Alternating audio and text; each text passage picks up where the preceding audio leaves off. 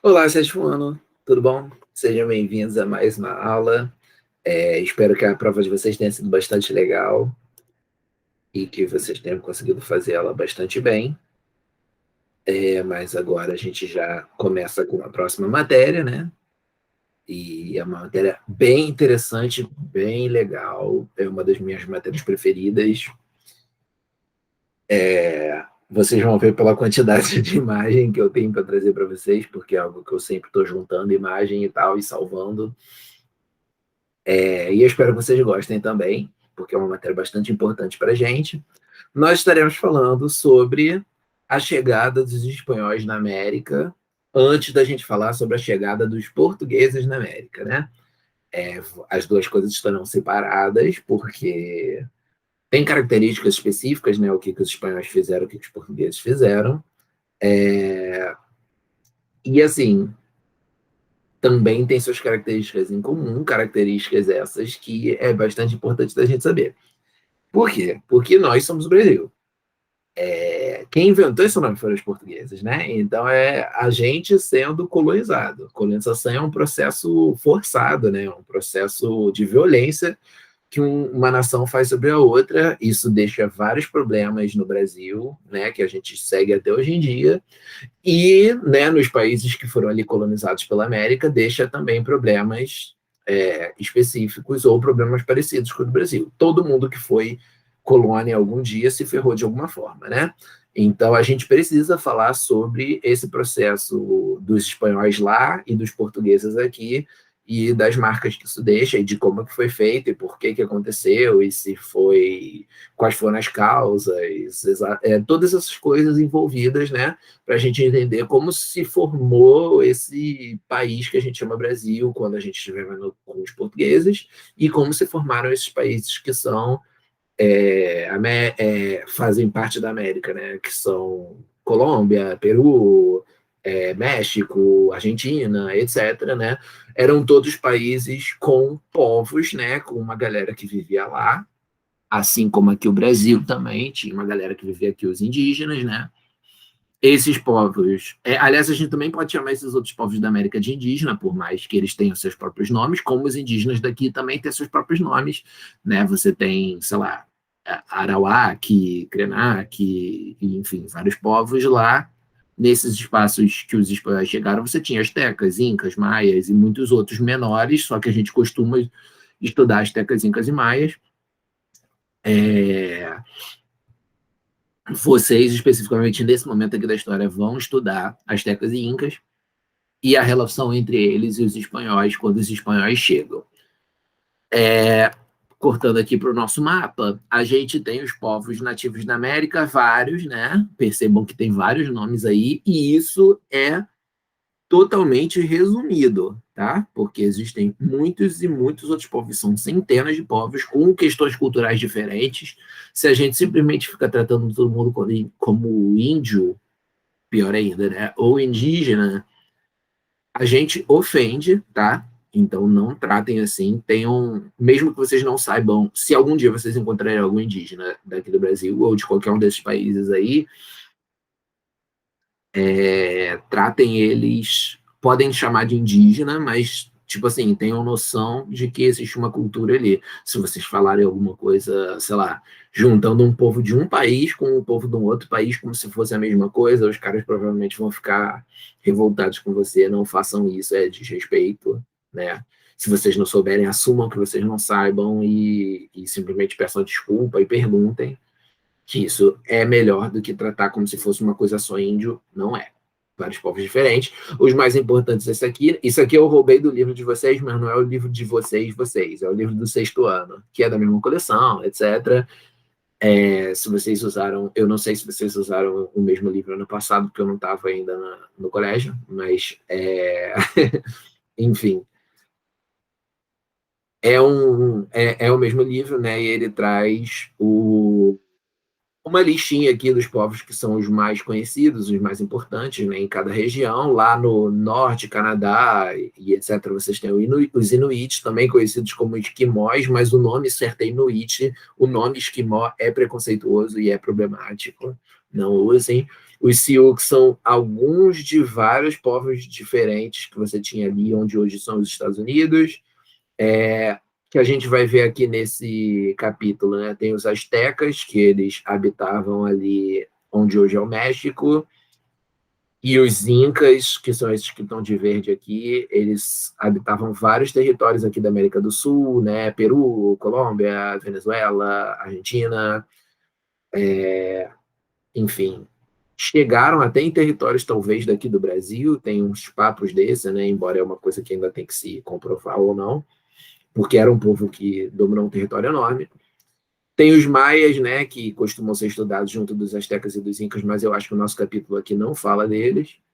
E aqui no território brasileiro você tem vários e vários povos, dentre os quais esse termo tupi ele é usado para você juntar vários deles, né, por conta do idioma tupi que muitos deles falavam. Mas existem vários outros povos indígenas além disso, e na América inteira tem outros povos além desses 5 e mais o grupo tupi que eu falei aqui para vocês. Isso é só uma introdução para a gente falar que esses povos eles tinham culturas diferentes entre si, e culturas riquíssimas, né? A gente tem aqui uma imagem já mostrando como era uma cultura diferente, cada um deles, né? Tinha uma cultura extremamente diferente dos europeus, só de olhar para eles dá para você perceber a forma como eles guerreavam, a roupa ali usada pelos guerreiros e tal, né? Como isso faz diferença. E assim, existe essa ideia de novo mundo, que é uma visão dos europeus. Os europeus chamaram a América de novo mundo, porque se você pegar o mapa mundial, aliás, eu devia ter o mapa mundial salvo aqui, porque toda hora, toda aula eu tenho que pegar esse mapa, né? Mas vocês conhecem mais ou menos o mapa mundial, não vou pegar hoje. Europa, África e Ásia, eles são colados um no outro. Você literalmente consegue ir de um para o outro por terra. Então, por mais que eles ainda tenham alguma separação, os povos deles não conversavam, não faziam contato sempre. Esse contato existiu desde os tempos ali da antiguidade, muitas e muitas vezes. Os povos que eram mais saídinhos assim para o oceano, né? Tipo os gregos, os cartagineses, e etc., eles conseguiam fazer contato. Então, quando estava nessa época aqui de descobrimento, entre muitas aspas, né, de colonização, dos europeus chegarem na América, você já tinha, eles já tinham um autoconhecimento ali do que era a Ásia, do que era a África, pelo menos partes, né? E eles consideraram isso aí o mundo deles, o mundo. Eles, em determinado momento, eles acharam que o mundo era só isso. Quando eles descobriram que tinha América, que vocês viram lá no capítulo de Grandes Navegações, né? Você tem essa ideia de um novo mundo. Esse mundo não era novo, tá? Ele tinha a mesma idade do resto do mundo que os europeus conheciam, mas na cabeça dos europeus ele era novo. Então, principalmente porque eles não valorizaram muito as culturas que eles já acharam aqui, consideraram um povo atrasado em relação a eles, né? Eles criaram uma ideia do que eles achavam que era estar evoluído, que eram eles, né? E os outros povos que eram simplesmente diferentes deles, na cabeça deles, eles colocaram como se fosse uma coisa abaixo, como se esses povos tivessem que evoluir ainda para chegar no ponto deles. Então foi puro preconceito, isso não é verdade, e se vocês olham para os povos indígenas ou para os povos originários de qualquer outro lugar do mundo que não seja a Europa, hoje em dia, e olham esses povos como inferiores a nós que temos essas características europeias de usar roupa, ou de ter indústria, ou etc., e vocês olham com esse olhar de que nós somos superiores porque temos essas características, isso é preconceito, tá, gente? Então, revejam isso, porque, assim, se você parar para pensar mesmo, assim, se você comparar mesmo as características, você vai ficar para sempre, assim, tentando decidir o que é mais importante. É ter igualdade? Ou é ter desenvolvimento tecnológico, ou é ter uma boa ligação com a natureza, ou é ter, sei lá, uma liderança democrática, ou é ter. Tem várias coisas que a gente poderia entender como o mais importante de uma sociedade, né? E fica difícil da gente dizer quem é mais evoluído que quem, e nem faz sentido a gente ficar buscando quem que é mais evoluído que quem, porque simplesmente os povos se adaptam a sei lá onde eles estejam, qualquer lugar em que eles nasçam, etc. Então, se vocês têm um pouco desse preconceito, não precisa se sentir culpado também, porque é algo que faz parte mesmo dessa história dos europeus terem tomado o território, ficarem sentindo que eles eram mais importantes e mais evoluídos de alguma forma, e eles colocaram essas ideias circulando. Então, nós que vivemos num lugar que foi colonizado, que é o Brasil, os europeus fizeram esse papinho circular por aí de que eles eram superiores, mas não eram. Pelo contrário, se você for me perguntar com base nas coisas que eu valorizo, eu considero que os povos daqui eram muito mais evoluídos, e que ganhar uma guerra não torna um povo mais evoluído que o outro. Até porque, como a gente vai ver um pouquinho mais à frente, essa guerra não foi vencida por superioridade militar, ela foi vencida por sorte, que foi a questão das doenças, o principal motivo pelo qual os europeus venceram esse rolê.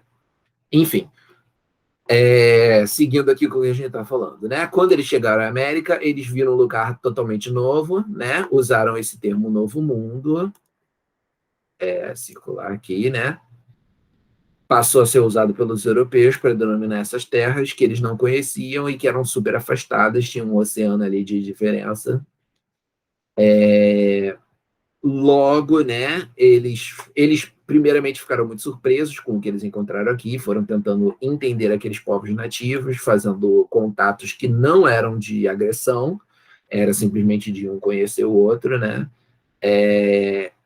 E dentro do preconceito que eles tinham ali na cabeça, eles chamaram esses povos de selvagens. Essa ideia de que eles eram superiores, que eles eram mais evoluídos, porque tinham se afastado mais da natureza e, sei lá, em vez de usar roupas trançadas com fios tirados de plantas, eles usavam fios que já eram manufaturados. Então, nossa, isso faz a gente ser mais evoluído. É preconceituoso. E aí, como eles consideravam esses povos selvagens e atrasados, eles criaram para eles mesmos essa ideia de que eles tinham que civilizar esses povos, de que eles tinham que tornar esses povos mais evoluídos. E, na verdade, era uma desculpa, né? Era uma forma deles pegarem todas as coisas que tinham valiosas aqui no nosso território da América, como um todo. Eu estou falando nosso território, mas eu não estou falando do Brasil, tá, gente? É porque eu estou considerando o continente americano todo como nosso território. Então, os europeus interessados em pegar várias coisas desse território, eles criaram essa ideia de que, não, peraí, mas a gente vai pegar essas coisas e a gente vai estar dando algo em troca, que é a civilização. A gente vai fazer com que eles façam parte da nossa civilização que é mais evoluída. Só que, assim, se os próprios indígenas daqui não estavam querendo fazer parte dessa civilização dos europeus, então é porque não era uma coisa boa, né, gente? Se fosse uma coisa, eles teriam batido muita palma e falado: oba, que legal, deixa eu fazer parte dessa sociedade. Então, assim, em vez disso, eles brigaram contra os europeus, é porque os europeus, na verdade, só estavam tentando conquistar aquele território para pegar coisas ricas mesmo, e esse papinho de civilização é mera desculpa. Então, não vamos entrar na lógica deles e continuar até hoje em dia que a colonização já acabou, repetindo esse preconceito que eles criaram. Uma das principais descobertas do Colombo no Novo Mundo foi a de que havia ouro. E ouro, como a gente viu ali no mercantilismo, era extremamente importante para a economia dos europeus nessa época, né? Era o chamado metalismo, essa característica de que os reis queriam acumular ouro para que os países deles fossem os mais ricos. Os nativos, né, o povo daqui, os indígenas, sabiam como encontrar esse ouro, então eles já cresceram o olho e falavam: opa, vamos aprender com esses malucos aí onde encontrar o ouro, para a gente ter uma boa extração aqui e ganhar um bom dinheiro. Então eles mandaram várias expedições para conhecer o território, obter matérias-primas para levar lá de volta para a Europa, né, para provar que tinha essas coisas e estabelecer um comércio, a princípio um comércio legal, um comércio de mútuo acordo, né? O ouro não era considerado rico, ele não era considerado valioso economicamente pelos povos daqui, ele simplesmente era usado por alguns desses povos para algumas paradas religiosas, e para alguns outros povos daqui ele era considerado nem isso, era simplesmente um metal que tem aí. A gente pode usar se a gente quiser ou a gente pode não usar. Então já cresceu logo o olho para essa. Os europeus já cresceram logo o olho e falaram: pô, se eles não dão o mesmo valor que a gente dá econômico, então vamos abusar dessa relação aí e tentar pegar esse olho. Além disso, a diversidade da natureza era muito diferente, porque eram continentes separados, né? Com climas diferentes, relevo diferente, todas as características geográficas diferentes, então as plantas e os animais evoluíram de forma diferente ao longo de centenas de anos. Eles encontraram alguns alimentos que hoje em dia nós consideramos aqui no Brasil super comuns, né? E até os europeus já entraram mais em contato com ele ao longo do tempo, porém que não existia na época perdão, não existia na Europa naquela época. Milho, mandioca, batata, tomate, principalmente o milho e a mandioca eram extremamente importantes para os povos daqui, eram base, né, de suas culturas, e quando os europeus todos, né, e os espanhóis, no caso, chegaram aqui, eles viram e eles falaram, pô, que interessante esse negócio, e resolveram pegar para eles. Todas essas novas descobertas naturais foram exploradas comercialmente, logo eles falaram, pô, se só tem isso aqui e nós estamos tentando pegar o controle desse território, vale a pena a gente começar a levar isso para a Europa para vender, porque vai ser um monopólio, ninguém mais na Europa, todo mundo na Europa que quiser comprar, digamos, batata, vai ter que comprar batata que a Espanha trouxer da América, então era um potencial de lucro também, né?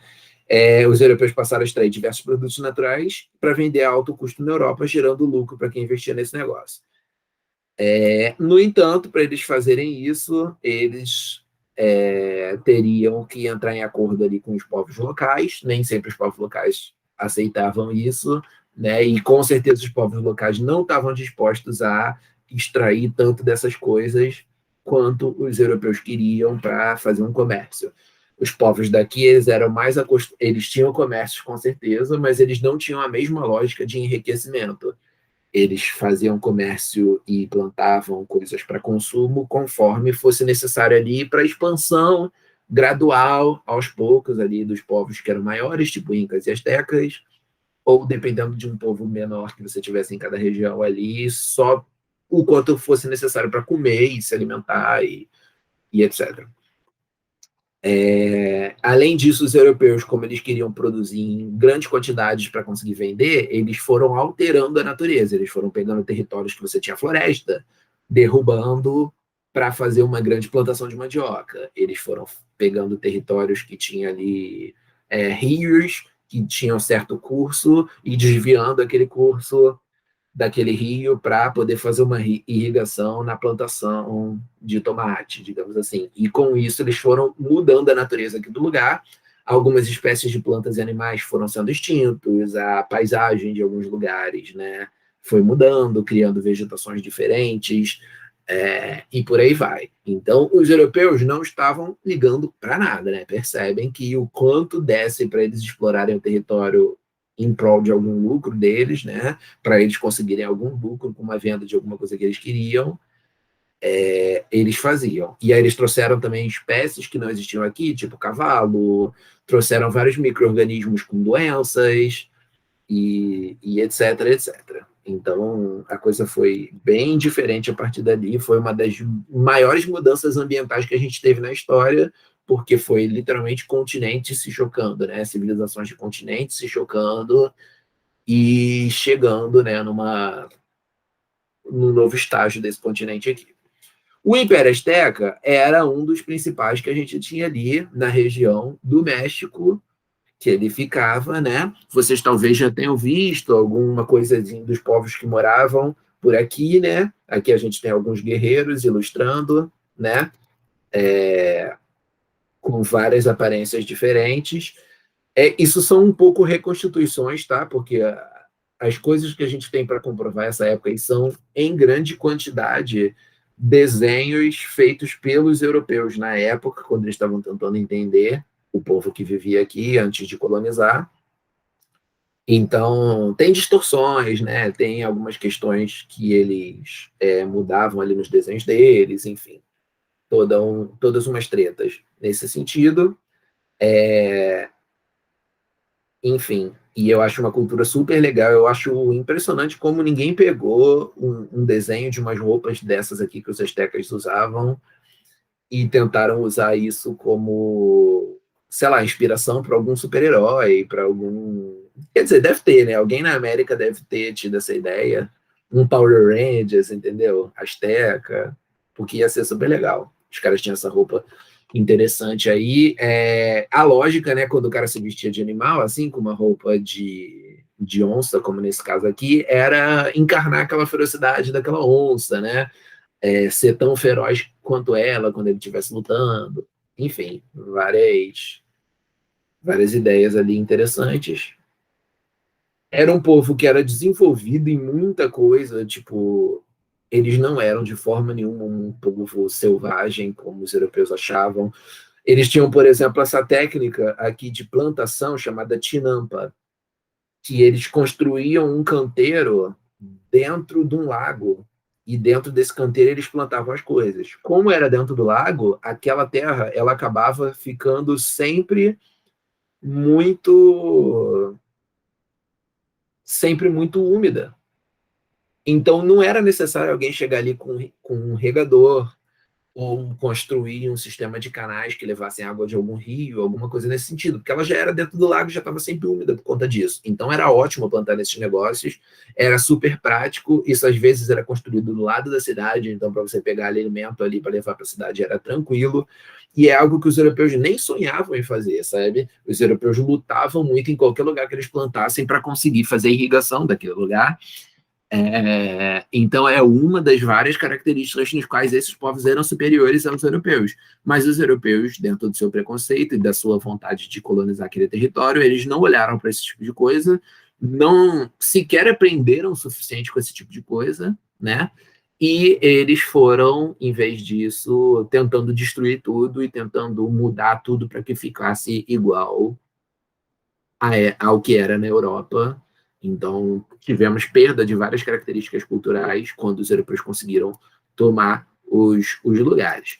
A cidade de Tenochtitlan era a capital ali dos astecas, e a gente tem algumas reconstituições dela que mostram como ela era enorme.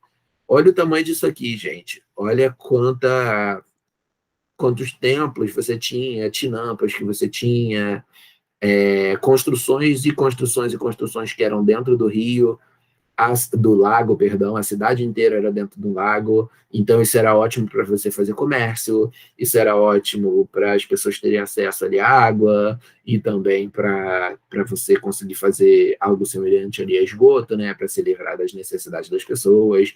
Tinha milhares e milhares de pessoas nesse lugar, centenas de milhares, era maior do que, se não me engano, era maior do que qualquer cidade da Europa.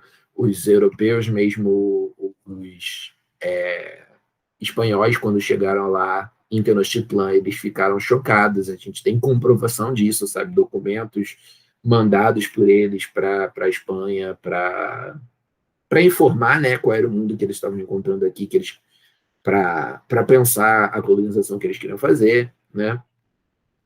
A gente tem ali templos grandões, sabe? Era um lugar incrível, cara. Como é que você olha para isso aqui e você não acha que é uma sociedade avançada, sabe? Os europeus, os espanhóis, eles até tiveram algum respeito maior pelos incas e pelos astecas que tinham cidades grandonas assim, porque ainda era uma característica semelhante a deles, né? Mas mesmo assim eles se consideraram superiores. E quando eles olharam para os outros povos menores que tinham aldeias em vez de cidades grandes assim, aí que eles foram preconceituosos mesmo. Aqui um mapa da Tenochtitlan vista de cima, né? Isso tudo que está em azul aqui é a água, a cidade era no meio do lago mesmo. Um mapa mais atual para a gente ter uma noção. Ela era ligada à terra, né? Dava para você ir andando para a terra, porém ela era cercada ali de água. Parecia uma vida bem saudável, assim, por conta de ter plantação ali perto, né? Voltando para o nosso livro. Os europeus eles foram chegando aos poucos em várias expedições. Muitas vezes eles chegavam como náufragos, eles chegavam como navios que estavam quase sem suprimentos e estavam precisando de ajuda. E os povos daqui reconheceram isso e ajudaram, sabe? Eles não olharam os caras como inimigos, eles foram olhando ali com curiosidade, mas simplesmente deixando os caras circularem, sabe? Tratando com respeito, que é o que todo mundo deveria fazer quando encontra alguém de outra cultura, né? E aí, aproveitando disso, o Cortés foi chegando e conhecendo várias cidades ali que você tinha nessa península que os astecas habitavam, né? O Yucatán, aprendendo mais a respeito dos costumes, e tudo já com a ideia ruim de pegar aquele território ali, sabe? Então foi uma maldade horrível ali que os caras fizeram, foi uma traição, porque os astecas foram tratando eles bem. A gente tinha ali, por exemplo, a Malinche, que era uma ex-escrava asteca, ela sabia a língua maia, a língua asteca, e aí ela foi servindo de intérprete para esses caras. Até a capital, Tenochtitlan, o Cortés chegou. Cortés era o principal desses colonizadores ali, né, dos espanhóis, era o grande general deles ali. Eles chegaram na cidade de Tenochtitlan, ficaram vários dias ali, depois de uma semana convivendo, comendo as coisas dos caras, entendeu? Fingindo que tratava bem os caras e conversando com os caras sobre o negócio, o Cortés resolveu botar as tropas para prender o imperador e assumir o controle do negócio. No primeiro momento, os astecas resistiram, né? Preferiram negociar e tal, mas acabaram batendo nos espanhóis quando os caras cercaram um templo lá e mataram as pessoas dentro do templo. Então, nesse momento, teve uma revolta e os espanhóis foram expulsos ali de Tenochtitlan.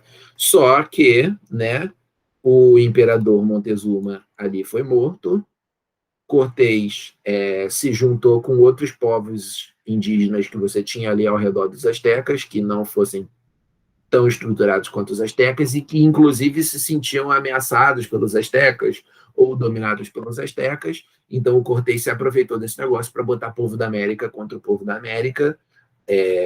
Não que existisse, né, essa ideia de América na época, então não estou julgando os povos por terem feito isso, mas foi uma estratégia que o Cortés usou ali e ele acabou conseguindo derrotar a capital ali. Eu acho que eu esqueci de abrir a imagem que eu queria trazer para vocês, né?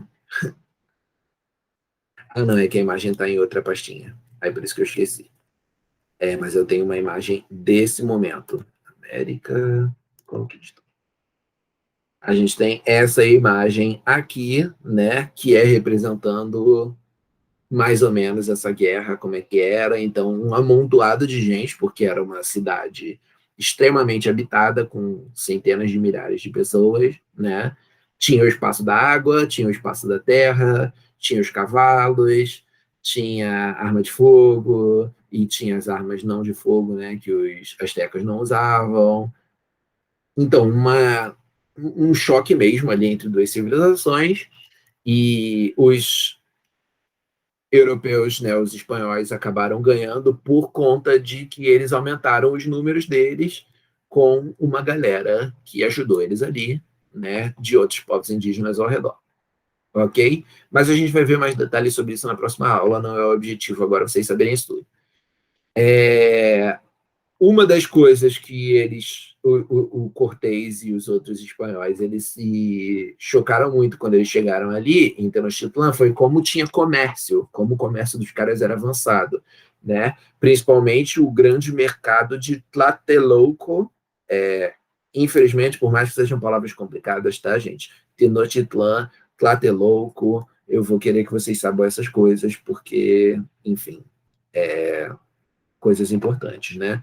Península de Yucatán também, que é o lugar onde eles ficavam, a língua deles, né, que era essa aqui, Náhuatl, essas coisas eu vou querer saber de vocês, tá? Desculpa, gente. No geral, eu não quero que as pessoas aprendam o nome, mas como a gente sabe muito pouco desses nomes dos povos da América e sabe alguns nomes a mais quando estamos falando de povos europeus, eu quero, né, dar dar uma mexida com isso, sabe? Eu acho que é importante a gente saber essas coisas. Então, normalmente, eu não sou de fazer vocês decorarem nomes, mas esses nomezinhos aqui específicos eu quero. Esse mercado de Tlatelolco, ele era muito grande também. A gente tem aqui uma reconstituição mais ou menos de como é que ele era. As pessoas colocando ali as coisas vendidas em esteiras, né? Esses caras chegando aqui com barquinhos, já que tinha entradas de água ali pela cidade toda, né? O grande templo que a gente viu ali na outra imagem aparecendo ali atrás, porque era razoavelmente próximo. Várias pessoas aqui convivendo, conversando, animais sendo vendidos também, né? Algumas coisinhas vendidas em potes. Enfim, era muito lotado. Em um dia normal ali, você costumava ter dezenas de milhares de pessoas, né? O Cortés, quando escreveu uma carta para o rei da Espanha, ele falou que ele estimou ali que tivesse cerca de 60 mil pessoas ao mesmo tempo dentro do espaço do mercado. Então, 60 mil pessoas, quanto espaço que não é isso, né? Quilômetros ali, né? Um espaço que era dividido por áreas de acordo com o tipo de produto. Você tinha alimentos como cacau, mel, sal, objetos de ouro, de prata, pedras preciosas, pérolas, plumas, vestimentas de algodão, tapetes, outros produtos artesanais e animais vivos. Então, muita coisa. Esse desenho aqui dos espanhóis mostra um pouco sobre essa divisão ali que era feita. Uma boa parte desses produtos chegava em forma de tributo, mas outra parte maior até vinha por base nos postecas, gravem isso também, que eram comerciantes que percorriam várias distâncias ali longuíssimas, né, de uma aldeia para a cidade ali de Tenochtitlan ou para outros lugares, conheciam bastante a região, então eles eram uma classe social importante ali que você tinha dentro de Tenochtitlan, ok? Aqui já é a matéria que a gente vai ver na próxima aula. Então, hoje o nosso único exercício é a folhinha. Se vocês ainda não terminaram de fazer, pausem e a gente volta em 3, 2, 1. Exercício 25. Quais foram os interesses dos espanhóis quando conheceram as civilizações da América? Eles logo pensaram em extrair matérias-primas para comércio, principalmente ouro, prata e alimentos que não existiam na Europa, como milho, mandioca, batata e tomate. Também olharam para as culturas e religiões locais com preconceito e decidiram expandir sua cultura e religião para esse território, impondo suas ideias na base da força e perseguição. Então, essa ideia de que tudo que era da cultura daqui era selvagem e tudo que era da cultura deles era evoluído e, portanto, eles tinham que impor o que eles acreditavam ali. Não apenas tomar o território para questões econômicas, ainda tomar culturalmente, obrigar as pessoas a acreditarem nas mesmas coisas que eles. 2. Os contatos entre espanhóis e astecas foram agressivos desde o início? Quem atacou primeiro? Não foram agressivos desde o início. Os espanhóis foram chegando na América em momentos diferentes em cada lugar, muitas vezes como náufragos ou tripulações inteiras que estavam desesperados por suprimentos, e foram ajudados ali pelos povos indígenas.